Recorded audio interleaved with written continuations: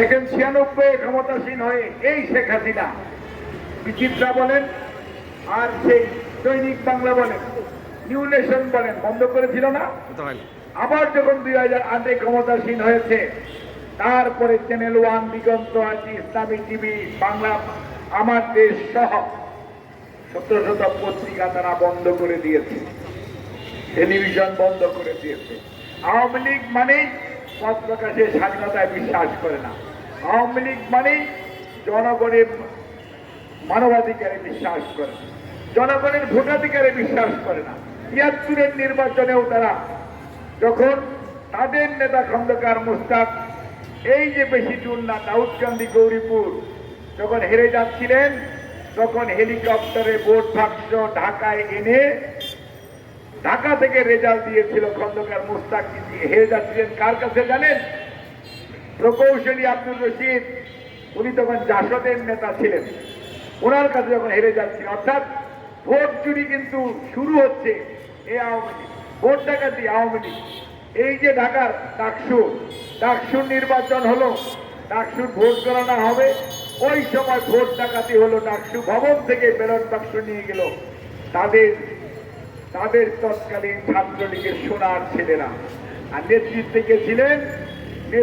কে ছিলেন সেটি আপনারা ইতিহাস থেকে জেনে নেবেন, তৎকালীন প্রধানমন্ত্রীর নয়। কাজে মনে রাখতে হবে আওয়ামী লীগ কোনোদিন জনগণের অধিকারে বিশ্বাস করে না, আর মুখে যা বলে তা তারা উল্টোটা করে।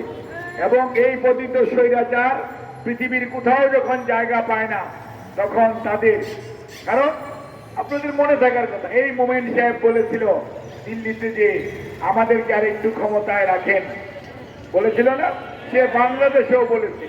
তারপরেও একটি দেশের পররাষ্ট্রমন্ত্রী আরেক দেশে যে বলে অমুকরে ক্ষমতায় রাখেন, জনগণকে বলে না, জনগণের ভোটে তারা বিশ্বাস করে না। সেজন্যই 14, 18, 24-এ কি হয়েছে দেশের মানুষ দেখেছে। ভোটের আগেও ফেনীর এখানে বাঁধ খুলে দিল, ফেনী, লক্ষ্মীপুর, নোয়াখালী, তারপরে কুমিল্লা দক্ষিণ এবং পার্বত্য চট্টগ্রাম, খাগড়াছড়ি ভেসে গেল হবিগঞ্জ সহ।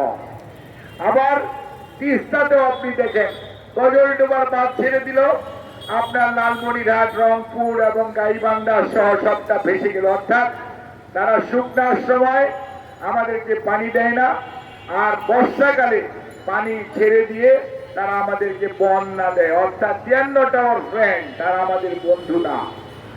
কাজেই তারা আমাদেরকে শোষণ করতে চায় এবং তারা এজন্যই আজকে যখন তারা দেখেছে তাদের সেই যে স্বৈরাচার, তাদের যে আজ্ঞাবহ সরকার ছিল পালিয়ে গেছে, এখন তারা মনে করছে বাংলাদেশের ব্যবসা বাণিজ্য আগের মতো আর তারা নিয়ন্ত্রণ করতে পারবে না, বাংলাদেশের অর্থনীতিকে ধ্বংস করতে পারবে না।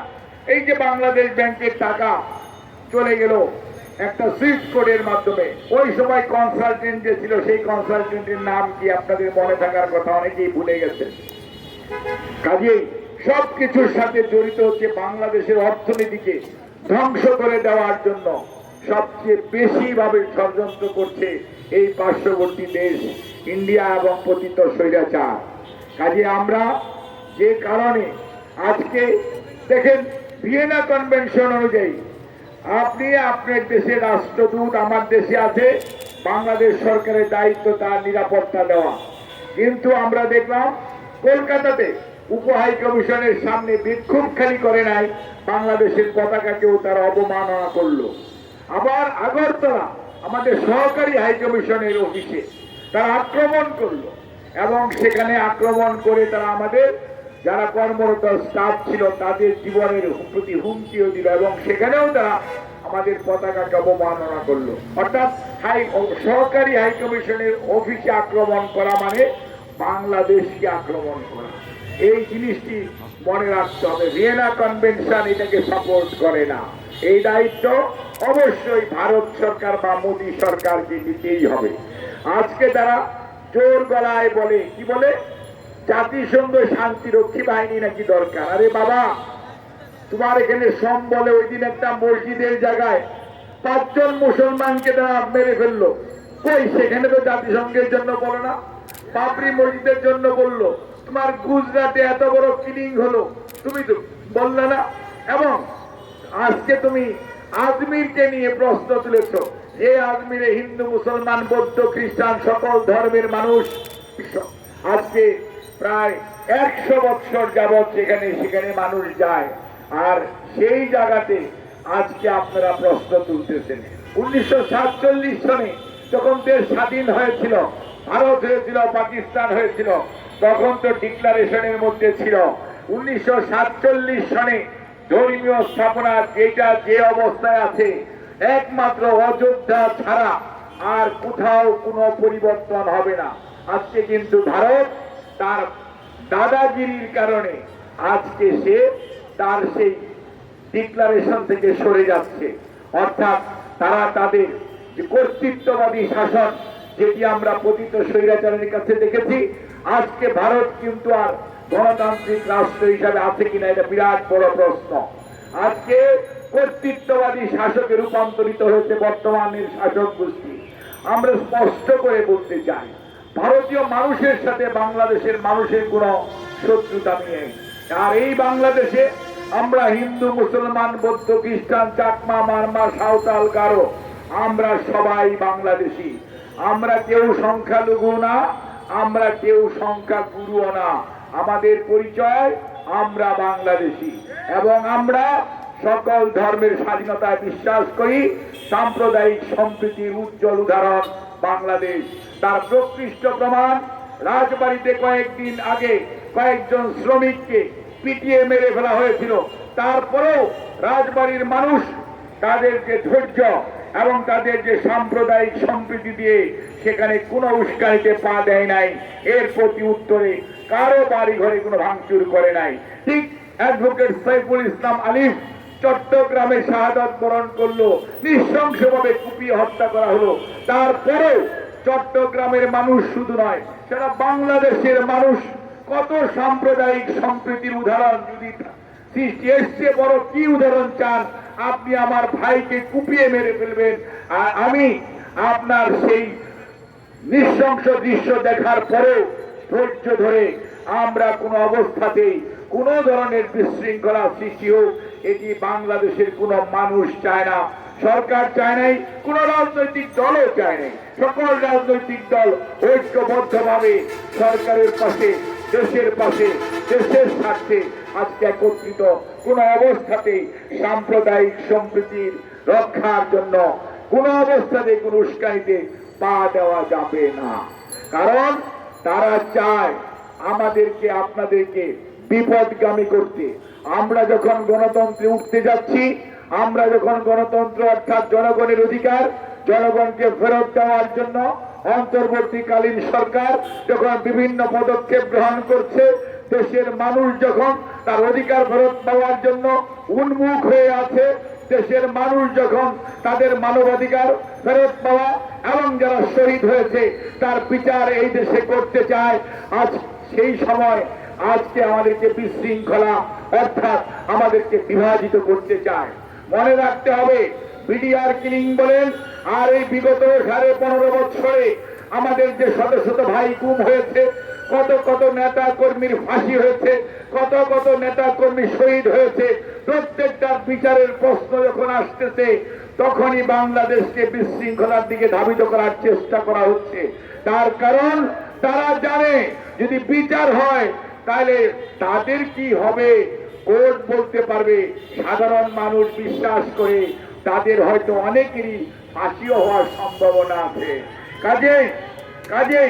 কাজেই আজকে যাদের বিচার হওয়ার সম্ভাবনা তারা তো প্রবলেম সৃষ্টি করবে, এবং তারা আজকে বিশৃঙ্খলা সৃষ্টি করে আমাদের মধ্যে বিভাজন তৈরি করতে চায়, আমাদেরকে সারা পৃথিবীর কাছে পরিচিত করতে চায় যে আমরা একটি সাম্প্রদায়িক, উগ্র সাম্প্রদায়িক দেশ অথবা আমরা জনগোষ্ঠী।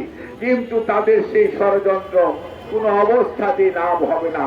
কারণ আপনার রাজবাড়ী তার উদাহরণ, আপনার এই চট্টগ্রাম তার উদাহরণ সাইফুল ইসলাম আলিফ, এবং বিগত কয়েকদিন আগে দুর্গাপূজা হয়েছে। এদেশের সকল মানুষ হিন্দু ভাইদের সাথে কাঁধে কাঁধ মিলিয়ে দুর্গাপূজার উৎসবে অংশগ্রহণ করেছে। এবং নিরাপত্তার জন্য নিরাপত্তা বাহিনীর সাথে কাঁধে কাঁধ মিলিয়ে কাজ করেছে। কাজেই আবার মুসলমানদের প্রোগ্রামেও এই অন্যান্য ধর্মের মানুষরাও অংশগ্রহণ করে, অর্থাৎ এই দেশ সাম্প্রদায়িক সম্প্রীতির উৎকৃষ্ট উজ্জ্বল উদাহরণ এই দেশের আছে। কাজেই কোনো অবস্থাতেই ভাইরা আমাদের সজাগ থাকতে হবে। এই ষড়যন্ত্র শুধুমাত্র ওই চিন্ময়ের জন্য তা না, এই ষড়যন্ত্র বাংলাদেশের অস্তিত্বের বিরুদ্ধে ষড়যন্ত্র। এই বাংলাদেশকে ধ্বংস করে দেওয়া, বাংলাদেশকে কেউ কেউ বিভিন্ন ভাবে হুমকি দেওয়ার চেষ্টা করে ওই চিকেন নেক দখল করে নিবে। আরে ভাই, দখলের দিন শেষ, বুঝতে হবে। এত বাহিনী থাকার পরেও পালিয়ে যেতে হয়েছে। 18 কোটি মানুষের 36 কোটি হাত থাকার পরে দখলের স্বপ্ন দেখেন, সেই স্বপ্ন দিবা স্বপ্ন থেকে যাবে।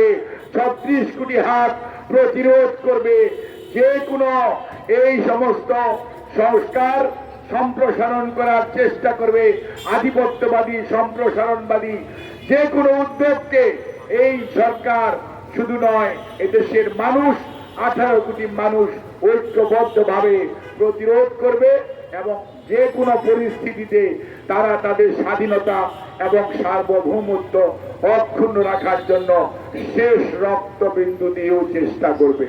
কাজেই আমরা আজকে শুধু প্রতিবাদ জানাচ্ছি সেটুকুই না, আমাদের মনে রাখতে হবে যে ষড়যন্ত্র দেশের বিরুদ্ধে দীর্ঘদিন ধরে চলছে, ষড়যন্ত্র শেষ হয় নাই।